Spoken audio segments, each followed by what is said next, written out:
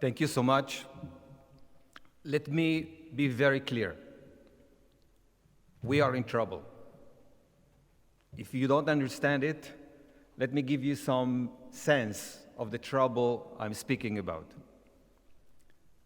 Our species, the Homo sapiens, started their journey in evolution about 200,000 years ago.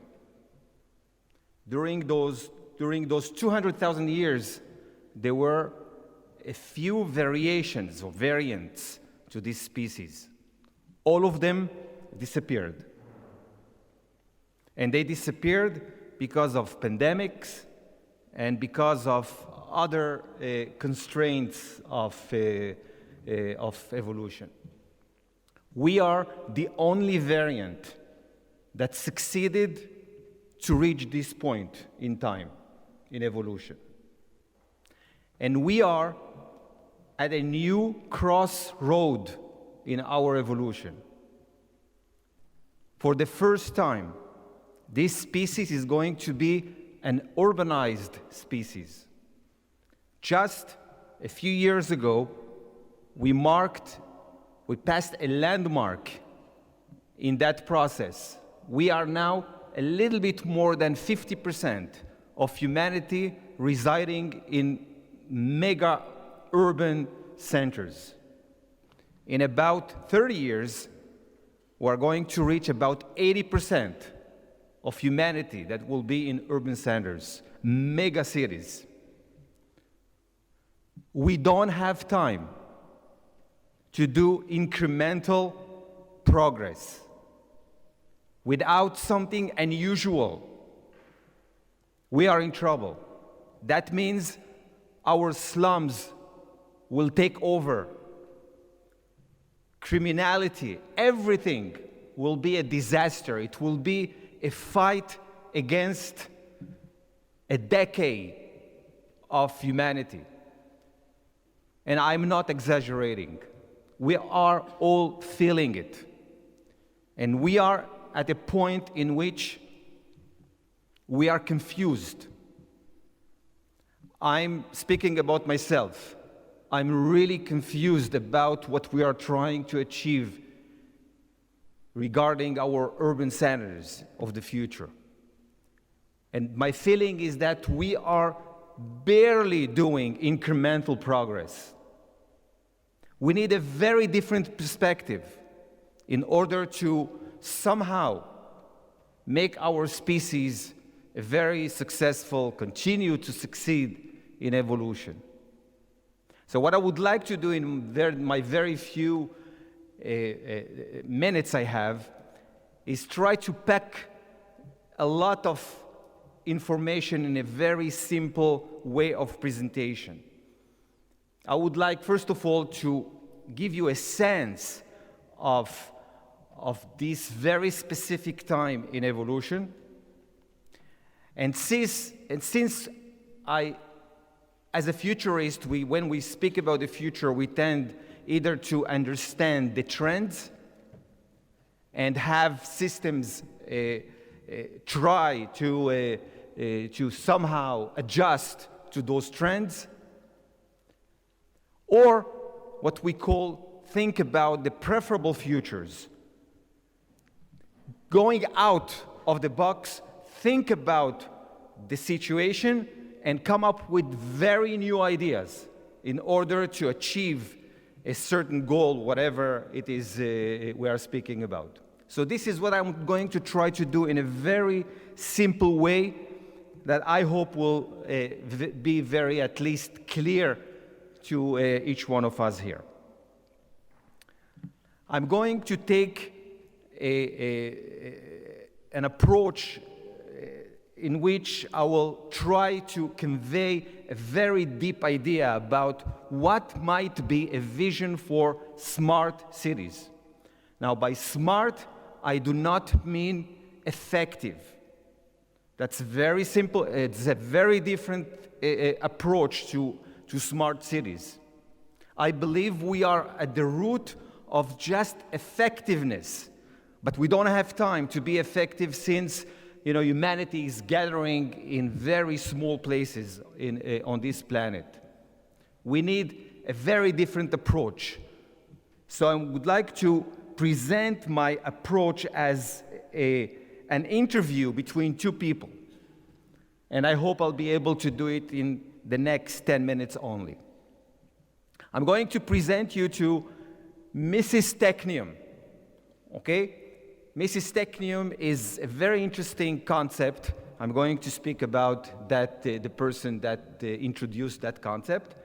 And I'm going to speak about me discussing with Mrs. Technium about the future of smart cities, IoTs, everything that we are speaking about today.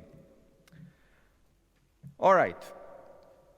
So I'm asking her, who gave you that bizarre name, Mrs. Technium?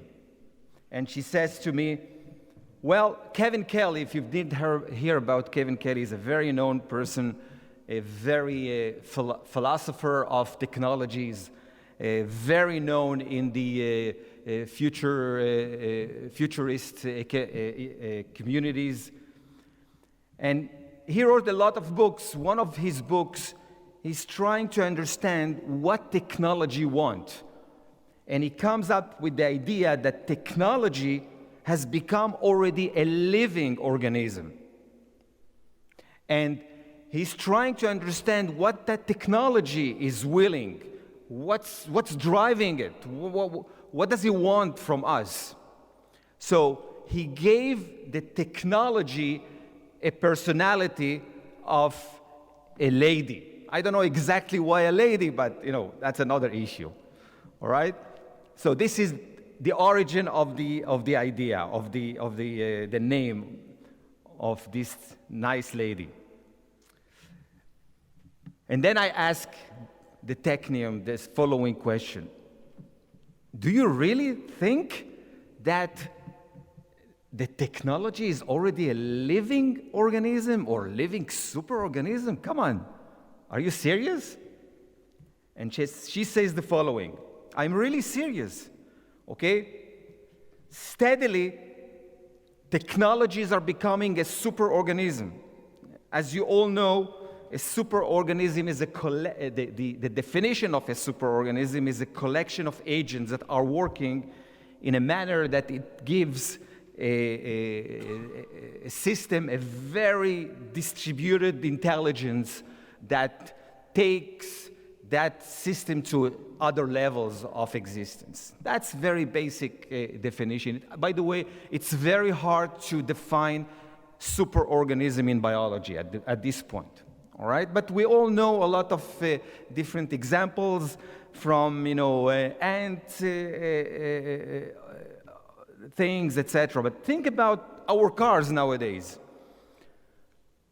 Each car has something between 15,000 to 30,000 parts that are working together so that we are able to move from one place to another place in a very comfortable way. And we are constantly adding more and more and more parts. So she says, bit by bit, our technologies are somehow reflecting the definition of a superorganism. Now remember what I'm trying to do here. I'm trying to take us outside of the box in order to come out with new ideas regarding future smart cities.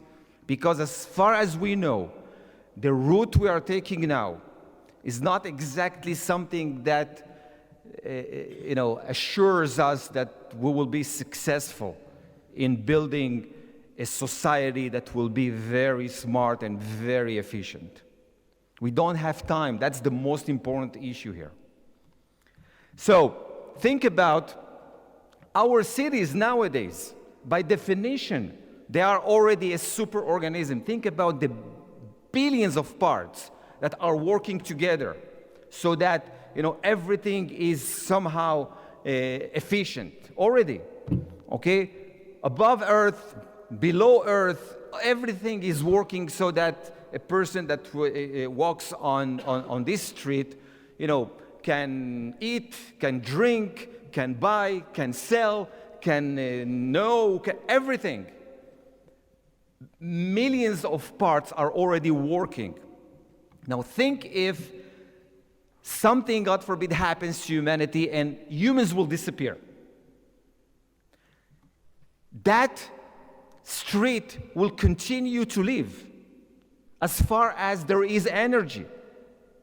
Okay, it won't live forever, it won't exist forever, but everything will still continue working until somehow energy will stop being delivered to its very complex and huge parts of the system. So, by definition, we are already in a state in which our environment, our surrounding, our cities, our bubbles, if you wish, from homes to streets to cities, are already mimicking a superorganism.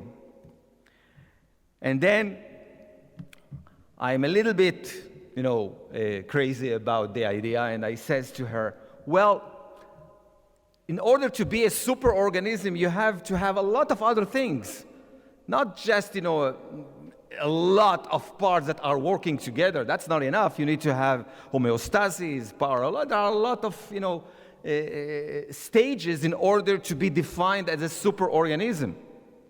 And she says, you're right. Yes, indeed. But we are step by step going towards that goal. At this very moment, we have just achieved the second level of being a superorganism. We have already achieved the manufacturing.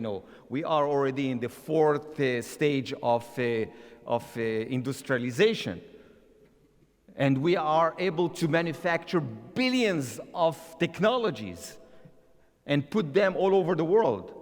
But now we have just started giving those parts autonomous abilities, and then there is the smart level that will come up after being autonomous. And there'll be also a conscious thing. Okay? You're right, she says. But we are at a very clear route towards being a very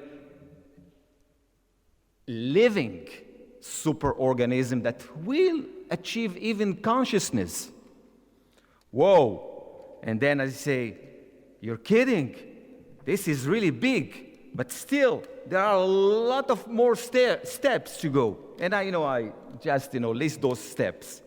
And the most important thing, in order to be a superorganism, you have to be sentient. You have to feel things.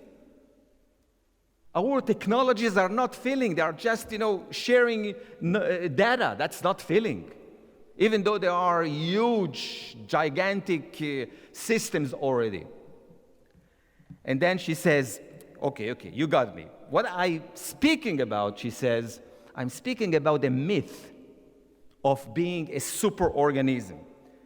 And she says that there is a very interesting person called a very famous philosopher, a Jewish philosopher, a French philosopher, Claude Lévi-Strauss, that said, a myth is a construct. A myth is a construct that bridges nature and culture. A myth is a tool with which we are working as a species in order to understand things and in order to act in our environments. So through those myths, we are actually developing our civilization. And she says, yes, we are just developing a myth that superorganism is a living, that technology is a living cell, like we have done forever. And this is about time to invent a new myth. Like, some people are saying that the best or the most advanced myth that humanity has developed is the myth of God. I'm not saying it, but, there are people that are saying it. And without it, humanity would not have been developing, morality, etc., etc. So she says the following. This is only a way to try and understand what we can do in order to achieve a higher level of organization to our environment, to our cities. And the idea is that if if technology is a superorganism, we can use that idea in order to achieve a different goal towards a better environment that we can develop for humanity in order for them to survive in a very urban, very condensed urban places, if you wish. Okay? So the idea I would like to share with you now is that because of such a myth, what we can do in order to come out of this almost very pessimistic view I was trying to deliver at the beginning is to address our technologies as a living cell, as a living organism that is willing to go through evolution by itself. We don't have to be the people that are organizing our technologies in order for them to help us organize ourselves. We can do what we have done as a species. We have developed what we call civilization. We have developed common languages. We have developed trade agreements. We have developed cultures. We have developed a lot of things in order for you and me to be here at this very moment and share ideas and continue evolving. So with this kind of a myth, we can address our technologies and help our technologies become a new civilization. And as a new civilization, autonomous civilization, they will be able to do things we cannot even imagine for them. Because if we will be in control for everything they will be doing, there is no enough time to do it in order to achieve an urbanized civilization. So let me finish with just an idea. I would like to show you a video that demonstrates the kind of technologies we can develop in order for our technologies to do the work for us. They don't need us anymore.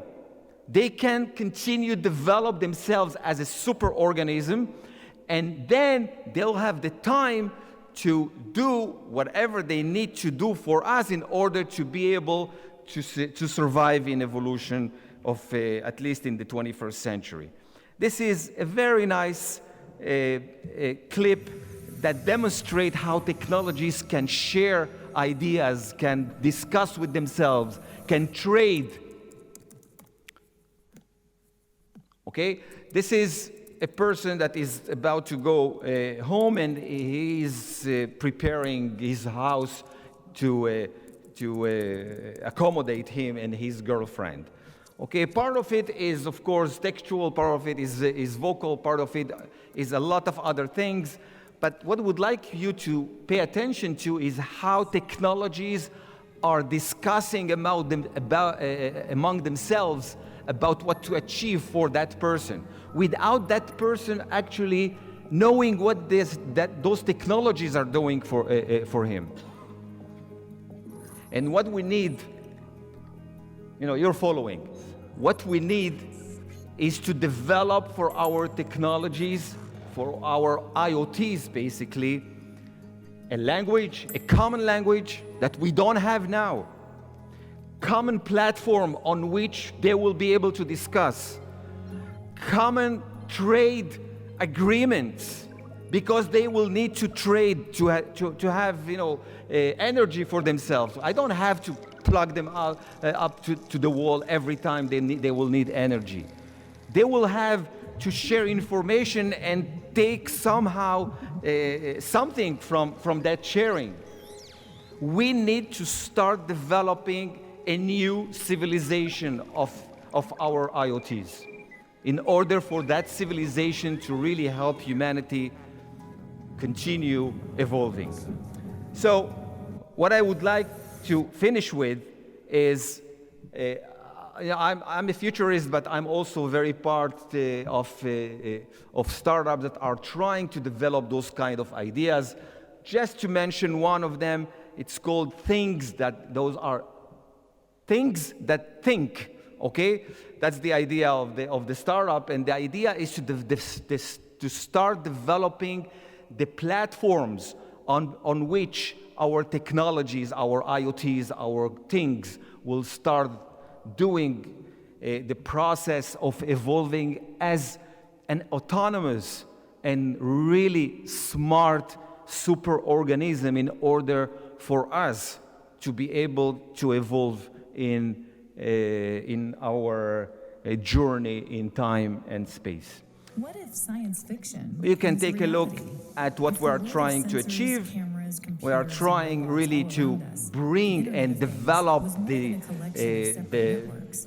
What if it had something the to say? language with which In this world, different things around you kinds detect of changes in the technologies will be environment, able to communicate speak with other among things, themselves and autonomously in order anticipate for and them react to make human to life be able smoother, to think safer, about more satisfying. new ideas, Driving would be new flawless and features effortless. that With we IoTs as their constantly creator exchanging did online not data. think we need. Catastrophic forest They will fires be would able to detected and contained much deduct faster. what we might need and In do no whatever time at all, a crew it that needs knows to it's be done. unstable would I alert know this emergency vision is services very and frightening to a everyone lot around of it. people, but we don't have any And other life's most option precious at this moments time will let in you know when they evolution. happen by the Thanks so much.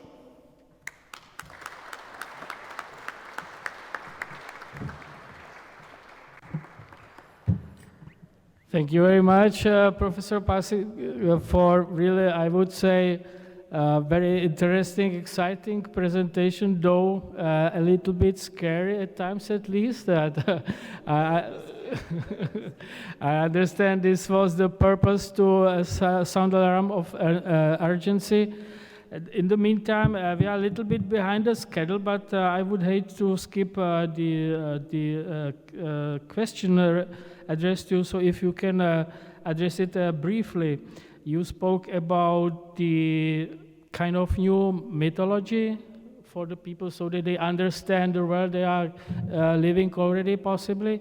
So who will be those who will be developing the new mythology? Would it be the scientists, the researchers, the academics? Because people usually refer to the necessity to be able to translate what there is for people. Well, I believe that we need thinkers. And that's another issue. At those kind of crossroads in evolution, engineers are not enough.